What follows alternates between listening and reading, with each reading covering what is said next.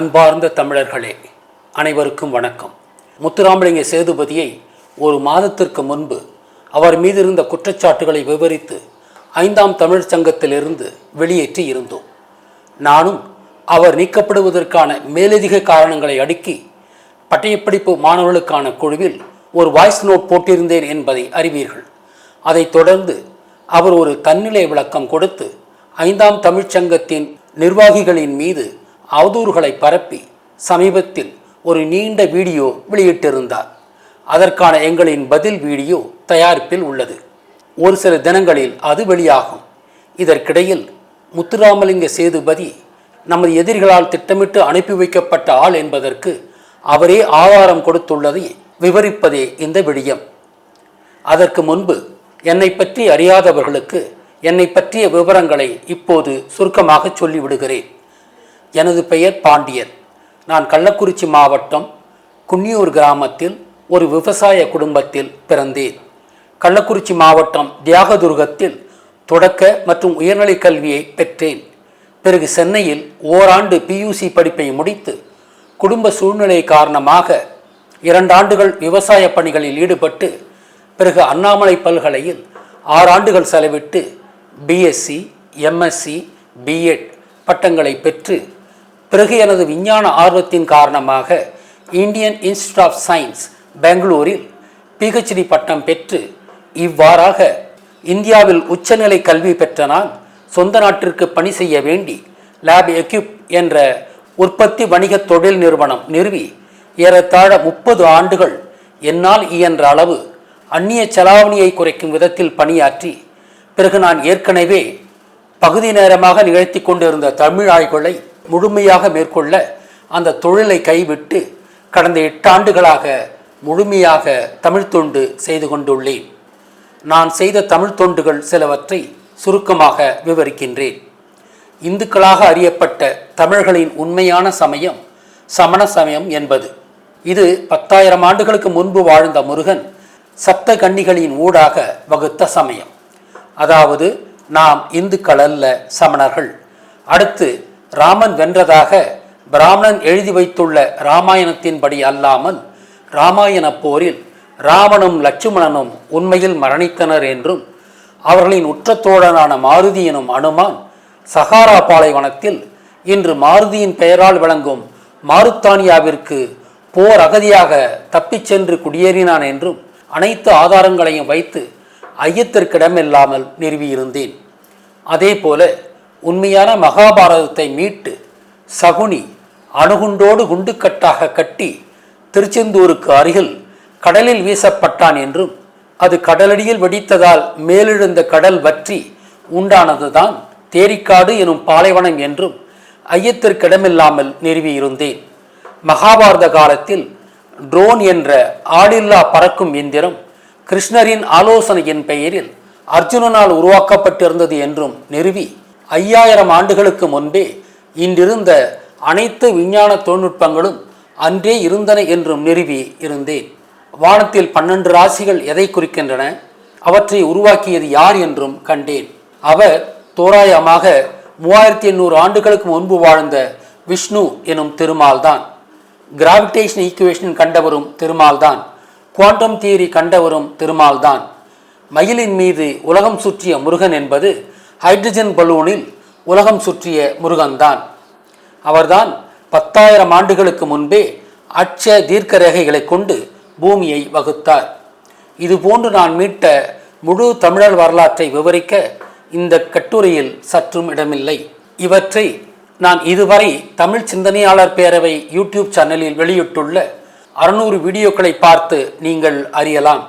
இப்படியாக தமிழரின் ஆதி வரலாற்றை மட்டுமல்ல, கணிசமான உலக வரலாற்றையும் துல்லியமாக மீட்டிருந்தேன். 3 ஆண்டுகளுக்கு முன்பாக 2026 வாக்கில் யூதன் வீழ்வான், தமிழர் எழுவர் என்று எனது உள்ளுணர்வு, அதாவது இன்ட்யூஷன் சொன்னது. இதை நான் அப்போதே வகுப்பில் மாணவர்களிடம் பகிர்ந்து கொண்டேன். அதன்படி காசா போர் மூலமாகவும் எப்ஸ்டீன் ஃபைல்ஸ் மூலமாகவும் யூதருக்கு உலகளாம் கெட்ட பெயர் உண்டானது. இப்போது யூதரின் இஸ்ரேல் ஈரானை வம்பு கிழத்து ஆப்பை பிடுங்கிய குரங்கு போல தவித்து கொண்டுள்ளது. ஈரானின் கொடிய தாக்குதலுக்கு உள்ளாகி கொண்டுள்ளது. போரை நிறுத்தும்படி ஈரானிடம் கெஞ்சிக் கொண்டுள்ளது. இதன்படி எனது உள்ளுணர்வு சொன்ன 2 விடயங்களில் ஒன்றாக யூதன் வீழ்ந்து விட்டான். அடுத்தது தமிழர் எழுவதுதான் பாக்கி. தமிழர் எழுவது என்பது கடந்த 700 ஆண்டுகளாக சொந்த மண்ணிலேயே அடிமைகளாக வாழும் தமிழர் தமிழ்நாட்டை மீண்டும் ஆள்வதுதான். அதை நிகழ்த்தும் விதமாக நமது 5ஆம் தமிழர் சங்கத்தின் பட்டய படிப்பு மாணவர்கள் 2026 மக்களவை தேர்தலில் சுயேட்சைகளாக களம் காண்கின்றனர். அவர்களுக்கு முழு ஆதரவை தெரிவித்து அவர்களை வெல்ல வைப்பது ஒவ்வொரு தமிழரின் தலையாய கடமையாகும். நிற்க இப்போது இந்த விடயத்தின் செய்திக்கு வருகிறேன். ஆங்கில ஆண்டு 2020 என்பது ராவணனை குறித்த ஆண்டு. ராவணன் மகண்டா என்ற பாடல் விஜய் நடிக்கும் ஜனநாயகன் படத்தில் இடம்பெற்றுள்ளது. இந்த ஆண்டு ராவணனுக்கான ஆண்டு என்பதை மேலும் உறுதி செய்கிறது. இது ராவணன் ஆண்டுதான் என்பதை உலக நிகழ்வுகளும் உறுதி செய்கின்றன. அதாவது ராவண இந்திரரை குறித்த ஈரானிடம் ராமனை குறித்த இஸ்ரேல் தர்ம அடி வாங்கி கொண்டுள்ளது. தர்ம அடி வாங்கி கொண்டுள்ளதானது நான் முன் சொன்ன யூதனின் வீழ்ச்சியை பறைசாற்றுகிறது. அப்பல்லோ ராக்கெட் ராவண இந்திரரை குறிக்கிறது என்று நான் சொன்னதற்கு ஆதாரமாக ஈரானின் ராக்கெட்டுகள் விண்ணில் 2000 கிலோமீட்டர் பறந்து சென்று இஸ்ரேலை தாக்குகின்றன. ஆனால் இந்த போரை தொடங்கியவர்கள் இஸ்ரேல் தானே ஒழிய ஈரான் அல்ல.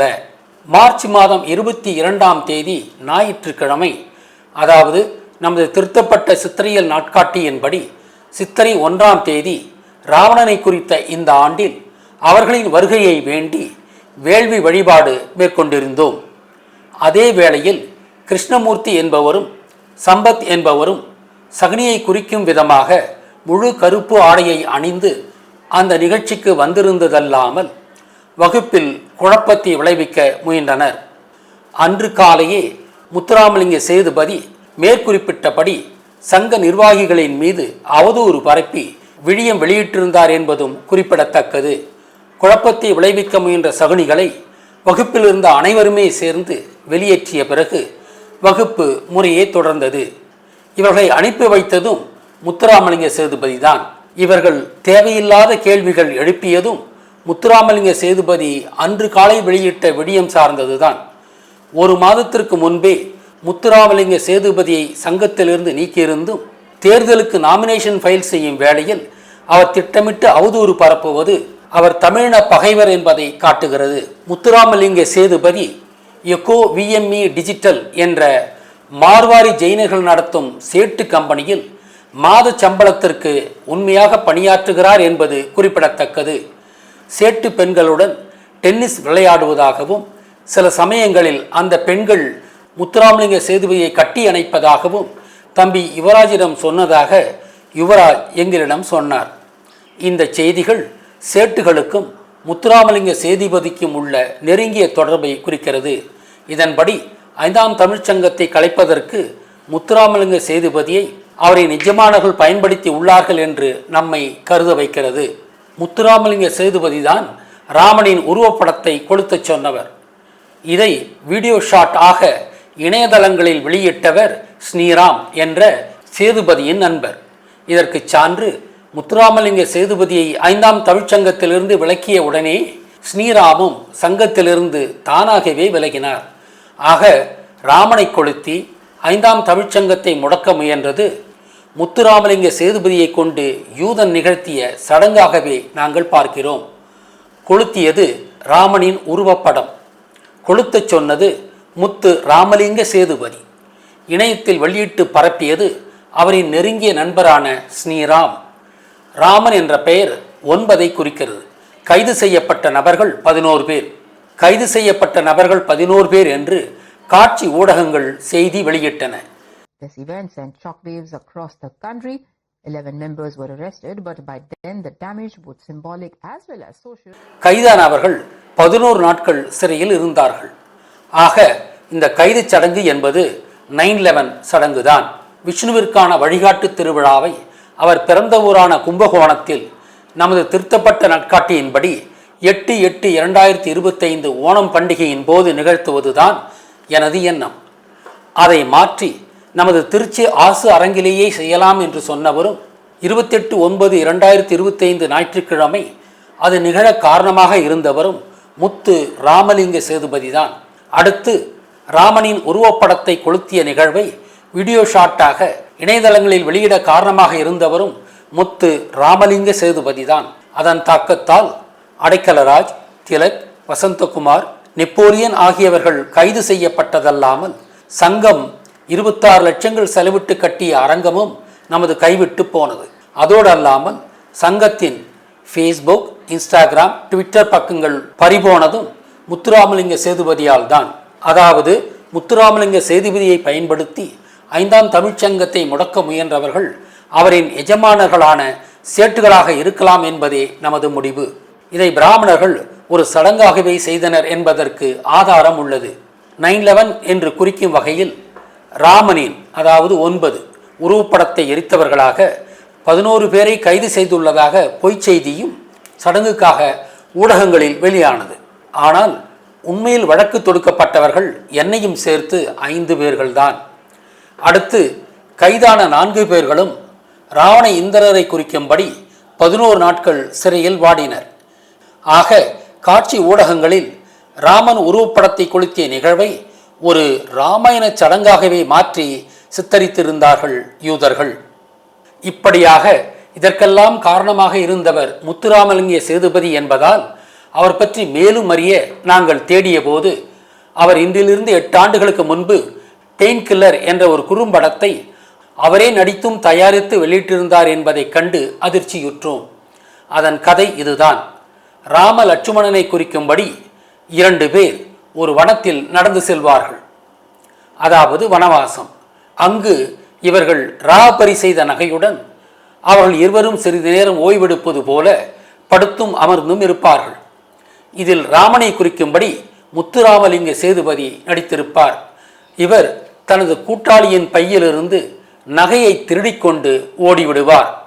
ராமன் ஒரு கள்வன் என்று அழைக்கப்படுவதையும் நாம் அறிவோம். அதைத்தான் அந்த காட்சி விளக்குகிறது. ஓடும் ராமனை வழிமறித்து ஜோக்கர் ஒருவன் நிற்பான். அவன் ராமனை கழுத்தறுத்து கொன்று விடுவான். ராமன் கழுத்தறுபட்டு இறந்தான் என்று நான் ஏற்கனவே நிறுவியது உங்களுக்கு நினைவிருக்கும். தனது நகை பறிபோனதை அறிந்த லட்சுமணன் ராமனை தேடி ஓடுவான். அவனையும் ஜோக்கர் வழிமறித்து தனது கோடாலியால் வெட்டி கொன்று விடுவான். இதுதான் அந்த கதையின் சாராம்சம். ராமன் ஒரு கள்வன் என்று நாம் அனைவரும் அறிவோம். இங்கு கவனிக்க வேண்டிய ஒரு செய்தி உள்ளது. இராமாயண ஆய்வையே நான் 6 ஆண்டுகளுக்கு முன்புதான் செய்தேன். ஆனால் சேதுபதியின் ஜோக்கர் குறும்படம் 8 ஆண்டுகளுக்கு முன்பு எடுக்கப்பட்டுள்ளது. இதிலிருந்து இவரது கல்லூரி பருவத்திலேயே ராமன், பரசுராமன் சார்ந்த இரகசிய உண்மைகளை அறிந்திருக்கிறார் என்பது தெரிகிறது. இந்த செய்தியும் இவரை யூதர்கள் அப்போதிலிருந்தே இயக்கி இருக்கிறார்கள் என்று நிறுவுகிறது. மேலும் ராமன் கழுத்தறுபட்டுத்தான் கொலை செய்யப்பட்டான் என்றும் அறிவோம். அதைத்தான் இந்த குறும்படமும் சொல்கிறது. ராமனின் வரலாற்றை ரிப்பீட் செய்யும் விதமாக MG ராமச்சந்திரன் கழுத்தில் குண்டடிபட்டார். சுவாதி வழக்கில் ராம்குமார் கழுத்தறுபட்டும் மழை மின்னல் கடவுளாகிய இந்திரனால் ராமன் கொலை செய்யப்பட்டான் என்பதை குறிக்கும்படி மின்சாரம் பாய்ச்சியும் கொல்லப்பட்டார் என்பதை அறிவோம். இவையெல்லாம் இராமாயண ரிப்பீட்டு சடங்குகள். ஆக மேற்கூறிய குறும்படம் முத்து ராமலிங்க சேதுபதியை ராமனாக சித்தரிக்கிறது. அந்த குறும்படத்தின் கதை, இயக்கம் எல்லாமும் முத்துராமலிங்க சேதுபதியுடையதுதான். ராமனாக நாம் விவரிக்கும் முத்துராமலிங்க சேதுபதி எப்படி ராமனின் உருவப்படத்தை கொளுத்தச் சொன்னார் என்று நீங்கள் கேட்கலாம். ஈரோட்டு ராமசாமி ராமனின் உருவப்படத்தை செருப்பால் அடித்தது போல முத்து ராமலிங்க சேதுபதி ராமனின் உருவப்படத்தை எரிக்க காரணமாக இருக்கிறார் என்று கொள்க. ஆமாம், முத்துராமலிங்க சேதுபதி ராமனாகத்தான் நிஜ வாழ்விலும் இறக்கிவிடப்பட்டிருக்கிறார். சேதுபதியும் ராமநாதபுரம் மாவட்டத்தை சேர்ந்தவர்தான். சுருக்கமாக ராமனின் உருவப்படத்தை கொளுத்தச் சொன்னவர் ராமலிங்க சேதுபதி. அதை இணையத்தில் பகிர்ந்தவர் சேதுபதியின் நண்பரான ஸ்ரீராம். இதனால் பாதிக்கப்பட்ட ராவணர்களாகிய நாங்கள் 5 பேர். 11 பேர் கிடைக்காததால் 5 பேர். ஆனால் ஊடக செய்திப்படி 11 பேர். ஆக இது பிண்டாரிகளின் திட்டமிட்ட இராமாயண சடங்கு தானே. ராவணரும் பாண்டியர் என்பதால் இந்த சிக்கலில் பாண்டியரான நானும் ராவணனாகத்தான் பார்க்கப்படுகிறேன். ஆக முத்துராமலிங்க சேதுபதி ராமனாக இறக்கிவிடப்பட்டுள்ளார். ஆக 5ஆம் தமிழ்ச்சங்கத்தின் நிர்வாக குழு ராவணர் குழுவாக பார்க்கப்படுகிறது. இது பிண்டாரிகளின் விளையாட்டு. என்னை வைத்து பிண்டாரிகள் சடங்கு விளையாட்டு நிகழ்த்துவது இது முதல் முறையல்ல. முருகன் தொடங்கிய ஆசைவகத்தை பரசுராமன் அழித்தது போல நான் மீட்டெடுத்த ஆசைவகத்தை அழித்தது போன்று ஒரு சிம்பாலிசத்தை உருவாக்க 7 வண்ண தாமரையும் யானையும் கொண்ட தமிழர் உலகம் லோகோ மூவேந்தலை குறிக்கும் லோகோவாக நவீன பரசுராமனால் மாற்றியமைக்கப்பட்டது உங்களுக்கு நினைவிருக்கலாம். ராவண வருடமாகிய இந்த ஆங்கில ஆண்டில் ராவணரை குறிக்கும் பாண்டியரான நான் சித்திரை புத்தாண்டு கொண்டாடி கொண்டிருந்த வேளையில் குழப்பம் ஏற்படுத்தவென்றே மலைப்பகுதியைச் சேர்ந்த கிருஷ்ணமூர்த்தியும் சம்பத்தும் கருப்பாடை அணிந்து அனுமார்களாக அனுப்பி வைக்கப்பட்டார்கள். ராவண சபை போன்றே நாங்களும் அவர்களுக்கு இருக்கைகள் கொடுக்காததால் அவமானப்பட்டு வெளியேறினார்கள். இங்கு ஒரு ரசனையான செய்தியை சொல்கிறேன். நியூயார்க்கில் ராமாயணத்தை குறிக்கும்படி WTC-1 கட்டிய பிறகு ஈராக்கை அழித்தான் யூதன். அதன் பிறகு 2009ஆம் ஆண்டில் தமிழ் ஈழத்தையும் அழித்தான். பிறகு WTC-2 கட்டிடங்களை மகாபாரத்தை குறிக்கும்படி கட்டியுள்ளான் என்று கண்டுபிடித்தேன். அதை கொண்டு மகாபாரதத்தில் அணுகுண்டு பாவிக்கப்பட்டதால் அப்போது அணுகுண்டு தயாரிக்க எண்ணியிருந்த ஈரானை அழித்து அதன் பிறகு தமிழ்நாட்டை அழிப்பது யூதனின் எண்ணம். ஆனால் தமிழ்நாடு இந்தியாவின் அங்கமாக உள்ளதால் தமிழகத்தில் மகாபாரத சகுனியை குறிக்கும்படி 6 அணு உலைகளை கட்டி அவற்றை தகர்த்து தனது சடங்கை நிகழ்த்த முயன்றான். இப்படி நடக்கப் போகிறது என்று நான் முன்கூட்டியே கணித்து சொல்லிவிட்டதால் அவனால் அப்போது அதை நிகழ்த்த முடியவில்லை. ஆனால் ஈரானை விட்டு வைக்க யூத அமெரிக்கா விரும்பவில்லை. அதனால்தான் ஈரானின் மீது இஸ்ரேலும் அமெரிக்காவும் சமீபத்தில் தாக்குதல் தொடங்கினார்கள். ஆனால் ஈரானின் பதில் தாக்குதலை சமாளிக்க முடியாமல் போரை நிறுத்தும்படி கெஞ்சுகிறது அமெரிக்காவும் இஸ்ரேலும். இனிமேல் ஈரானின் மீது போர் தொடுக்கும் எண்ணமே வரக்கூடாது என்ற வகையில் தாக்கிவிட்டுத்தான் போரை நிறுத்துவேன் என்கிறது ஈரான். ஆக ஈரானில் போர் நடப்பதால் தமிழகத்திலும் போர் நடக்க வேண்டும் அல்லவா? அதுதான் பாண்டியரான எனது குழுவினர் மீது ராமனாகிய முத்துராமலிங்க சேதுபதி தொடங்கியிருக்கும் கருத்து போர். இன்னும் ஒரு ரசனையான செய்தியை சொல்கிறேன். விஜய் நடித்து வெளியான சர்க்கார் திரைப்படம் ஆசிவகத்தை குறித்து வந்த 7ஆம் அறிவு திரைப்படம் போன்றே இறையின் சித்தப்படி தமிழராட்சியை நிறுவ எண்ணும் என்னை குறிக்கும்படி எடுக்கப்பட்ட திரைப்படம்தான். அதில் விஜய் தனது வேட்பாளர்களை தனித்தனி சின்னங்களில் போட்டியிட வைத்து வெற்றி பெறுவார். அவர் முதலமைச்சராக ஆக மாட்டார். அதே போன்றுதான் 5ஆம் யுக கட்சிக்கு இன்னும் தேர்தல் ஆணையத்திலிருந்து ஒப்புதல் கிடைக்காததால் 5ஆம் யுக கட்சியின் வேட்பாளர்கள் தனித்தனி சின்னத்தில்தான் சுயேட்சை வேட்பாளர்களாக போட்டியிடுகின்றனர். ஆனால் சர்க்கார் படத்தின் நாயகனான விஜய் தமிழக வெற்றி கழகம் என்ற கட்சியை தொடங்கி அதற்கு தேர்தல் ஆணையத்தின் ஒப்புதலும் கிடைத்து அந்த கட்சியின் வேட்பாளர்கள் அனைவரும் பிகில் சின்னத்தில் போட்டியிட இருக்கின்றனர். ஆனால் விஜயின் சர்க்கார் திரைப்படம் முன் சொன்னது போல 5ஆம் யுக கட்சியின் வேட்பாளர்கள் தான் தனித்தனி சின்னங்களில் போட்டியிட இருக்கின்றனர். ஆக சர்க்கார் திரைப்படம் வருவதை சொல்லும் திரைப்படம் என்று நான் கருதுவதால் 5ஆம் தமிழ்ச்சங்கம் நடத்திய மக்கள் பிரதிநிதிகளுக்கான பட்டயப் படிப்பில் கலந்து கொண்ட வேட்பாளர்கள் சுயேட்சை வேட்பாளர்களாக தனித்தனி சின்னங்களில் போட்டியிட்டு வெற்றி பெறும் வாய்ப்புள்ளது. எனவே அனைவரும் முழு நம்பிக்கையோடு களம் காணுங்கள். மக்களே, தேர்தலை எதிர்கொள்ள முடிந்த அளவு எங்களுக்கு நிதி கொடுங்கள். சொந்த மண்ணில் அடிமையாக வாடும் தமிழரை மீட்டு தமிழகத்தில் தமிழராட்சி ஏற்படுத்தத்தான் களமிறங்குகிறோம். எங்களின் கடமையை பல சிரமங்களுக்கு இடையில் நாங்கள் சிறப்பாகவே செய்கிறோம். உங்களின் கடமையை நீங்கள் ஆற்றுங்கள். வெற்றிவேல் வீரவேல், வெற்றிவேல் வீரவேல், வெற்றிவேல் வீரவேல்.